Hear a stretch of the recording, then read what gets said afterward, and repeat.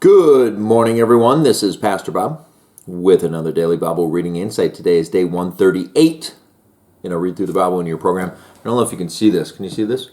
This is Jesus sitting with all the superheroes, and that little caption says, "And that's how I save the world."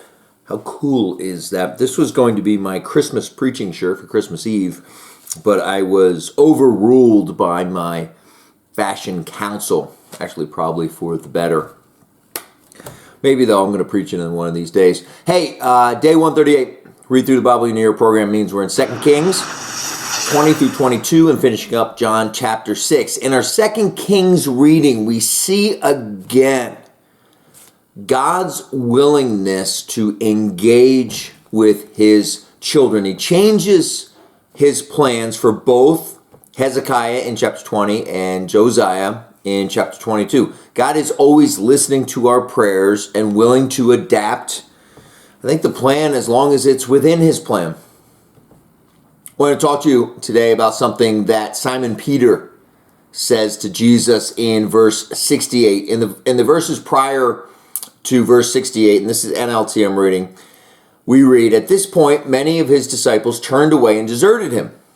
Then Jesus turned to the 12 and asked, 'Are you also going to leave?' Verse 68 reads, "Simon Peter replied, 'Lord, to whom would we go? You have the words that give eternal life. We believe and we know you are the Holy One of God.'" My friend, there is great power in leaving everything from our former life behind and dedicating everything to Jesus. Some people would call it burning the boats. Going back to our former lives is not an option. Simon Peter reflects this when he says to Jesus, "Lord, to whom would we go?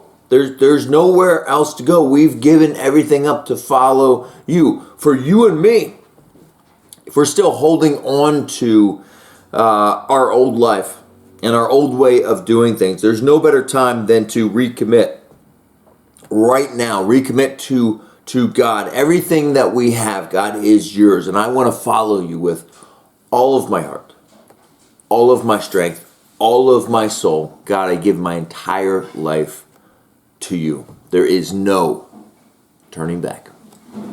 That's how we do it, folks. Pastor Bob with another Daily Bible Reading Insight. We'll see you tomorrow.